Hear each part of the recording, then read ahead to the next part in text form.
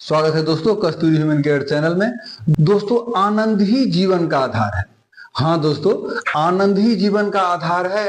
तो आप बेहतर आनंद से जीवन बिताइए, टिकाऊ मीन्स लॉन्ग लास्टिंग गृहस्थ जीवन बिताइए, यही मेरा भी विचार है। हाँ दोस्तों, हम जितने लोग गृहस्थ जीवन में हैं, सभी लोग किसी न किसी आशा उम्मीद के साथ में काम करते हैं और उसी के परिकल्पना में, उसी प्रत्याशा में हम जीवन बिताते हैं।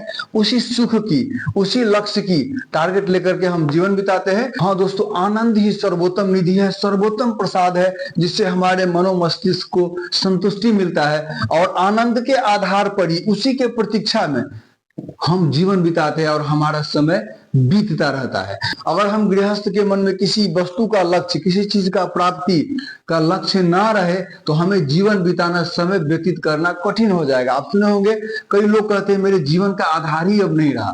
तो हाँ, हम हर एक समय किसी न किसी, तो आनंद ही हमारे गृहस्थ जीवन का सर्वोत्तम प्रसाद है। खुशहाली ही, मजा ही हमारा लक्ष्य है और वही बहुत बड़ी प्रसाद है, इसमें कोई दुमत नहीं। लेकिन मैं विस्मित कब होता हूं, मजे के दौर में अंधाधुंध आंखें मूंद कर दौड़ रहे लोग अचानक से कराह उठता है, दर्द से तिलमिला उठता है।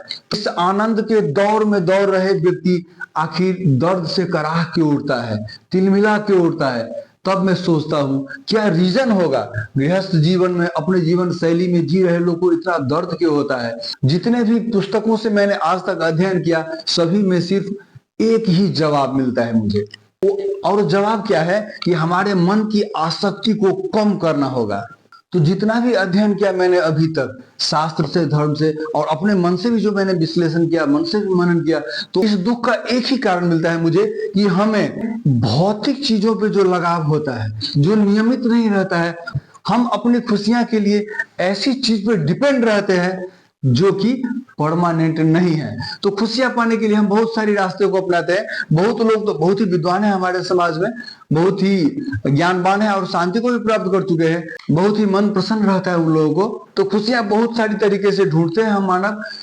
सबसे पहले जो आध्यात्मिक तरीके से खुशियां ढूंढते हैं, शांति से, जो प्राकृतिक वस्तुओं से खुशियां ढूंढते हैं और प्राकृतिक तत्वों से खुशियां ढूंढते हैं, ऐसे लोगों को आप कराहते हुए नहीं देखेंगे। दूसरी, जो हम भौतिक तरीका से खुशियां ढूंढते हैं लेकिन अपनी अधिकार क्षेत्र के भीतर, सामाजिक और कानूनी दायरा के भीतर ढूंढते हैं, तो ऐसे गृहस्थ लोगों को इस प्रकार की खुशियां जो होता है, हम गृहस्थ जीवन में रह रहे लोगों को हमारी अधिकार क्षेत्र के भीतर जो खुशियां ढूंढते हैं, हम इसी खुशियां के विषय में आप लोगों को बताया जा रहे हैं। बार बार हमको कठिन से कठिन दर्द से गुजरना पड़ता है।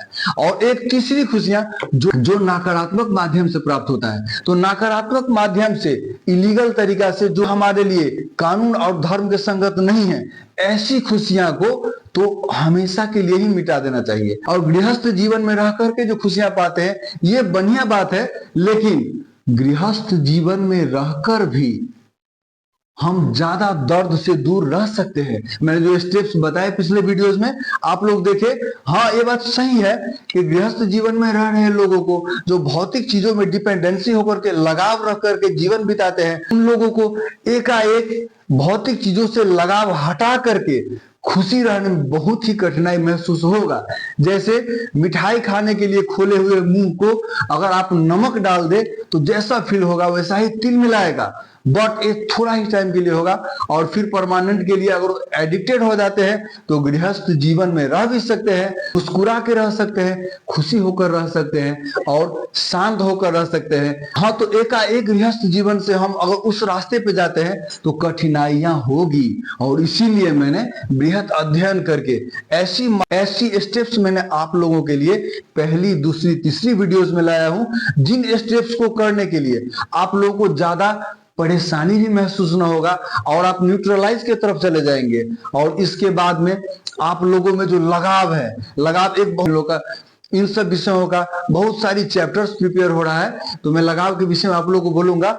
और न्यूट्रलाइज का जो टूल्स आप लोग अगर अपनाते हैं तो गृहस्थ जीवन में रह करके भी संतुलित खुशी और संतुलित दुख मात्र आप झेल सकते हैं। बहुत ज्यादा दर्द से अचानक आप नहीं कराएंगे अगर आप सच्चाई को समझ जाएंगे और आपका ब्रेन न्यूट्रलाइज हो जाएगा और रियलिटी को अंडरस्टैंड करने के लिए एडजस्टेड हो जाएगा, एडिक्टेड हो जाएगा, पॉजिटिवली एडिक्टेड हो जाता है अगर, तो आप लोगों को कोई भी गृहस्थ जीवन में आने वाले कोई भी बड़ी संकट, कोई भी दुख दर्द भरी बातों से बहुत ही ज्यादा दर्दनाक पीड़ा नहीं झेलना पड़ेगा। इसीलिए मैंने उन स्टेप्स को बनाया।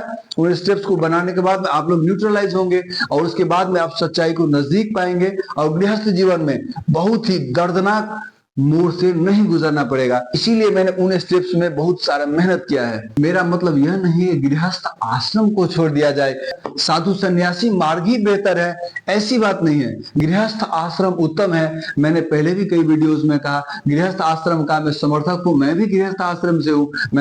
मैं न तो कोई बहुत बड़ा कोई सिद्धि प्राप्त योगी और ज्ञानी भी, लेकिन अभी के रेस में खास करके टीनेजर और युवा, इन लोगों को इस बात का अवगत भी नहीं है कि हम मजाक के क्रम में क्या कर रहे हैं और उससे मेरे मन मस्तिष्क शरीर पर जीवन पर क्या असर पड़ रहा है, हमारे लाइफ स्पैन पर कितना प्रभाव पड़ रहा है और कितनी बड़ी दुर्घटना कर रहे हैं। सिर्फ मजे के दौर में आनंद लगने वाले चीजों में लोलुप्त होकर वीडियोस देख करके और अपने ही जीवन, सिर्फ समय ही नहीं जीवन और दिमाग दोनों को नष्ट कर रहे हैं। इसी बात से प्रभावित होकर के मैंने वीडियोस लाना शुरू किया है, जिनको टारगेट करके खास करके टीनेज और युवाओं के लिए जो मैंने वीडियो लाया है, उन लोगों को हो सकता है ये वीडियो पसंद ना आए, लेकिन उन लोगों को मैं स्पेशली रिक्वेस्ट करता हूं कि इन स्टेप्स का प्रैक्टिस करें, न्यूट्रलाइज हो और अपने लाइफ, अपने हेल्थ और अपने करियर के प्रति फोकस हो। समय का यूज करें। जब आप रियलिटी समझेंगे तो आप समय का इंपोर्टेंस समझेंगे, आपके हेल्थ पे क्या प्रभाव पड़ रहा है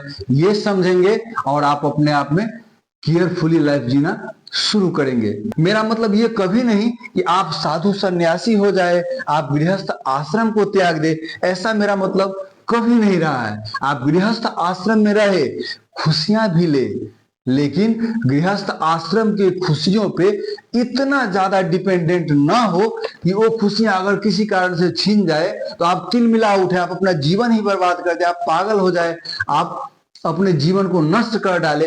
इतना डिपेंडेंस नहीं होना है, रियलिटी को समझना है। अगर आप किसी चीज का डिपेंडेंट हैप्पीनेस ढूंढते हैं तो वो कभी भी भौतिक वस्तुओं में ना ढूंढे, भौतिक कर्म करे, भौतिक सुख करे, लेकिन उससे उतना ज्यादा उत्तेजित या मदहोश ना हो कि उसका डिपेंडेंसी आपको हो जाए और उसका डिपेंडेंसी अगर छीन जाए तो आप बेचैन हो जाए, आपका जिंदगी बर्बाद हो जाए।